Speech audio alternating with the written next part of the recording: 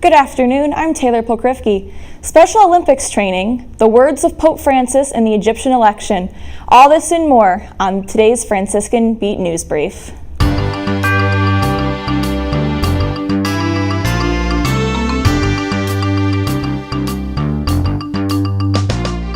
A large fire broke out at a Cleveland housing complex Monday morning and spread to multiple units, leading to the displacement of dozens of residents, official and reports say.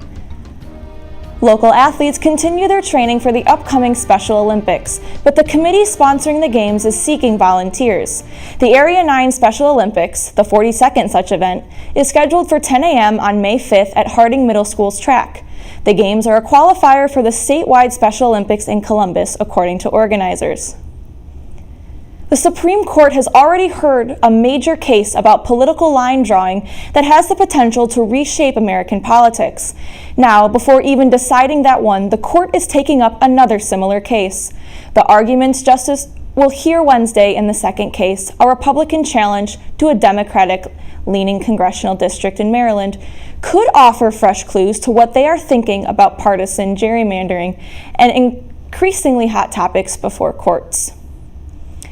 Pope Francis on Palm Sunday urged young people not to be silent and let their voices be heard, even in the face of corrupt or silent elders. Francis urged youth to join those who offer praise and not the masses calling for crucifixion. Quote, "Dear young people, the joy that Jesus awakens in you is a source of anger and irritation to some, since a joyful person is hard to manipulate," end quote. Some 300 youths meeting at the Vatican this week prepared a document for next October's Synod of Bishops in the Vatican, focusing on the help youth better find their way in the church. Pope Francis said he is, quote, "deeply saddened by the fire at the shopping mall in Russia." The Pope sent a telegram Monday offering condolences for the dead, quote, "especially the many children who lost their lives," end quote. And he offered blessings to those who are helping the injured and searching for the missing.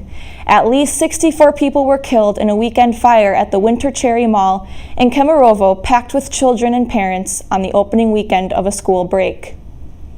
Egyptians voted on Monday in a presidential election with the outcome, a second four-year term for President Abdel Fattah el-Sisi, a foregone conclusion and a sign that critics say shows the country is sliding back to the authoritarian rule that had prevailed since the 1950s.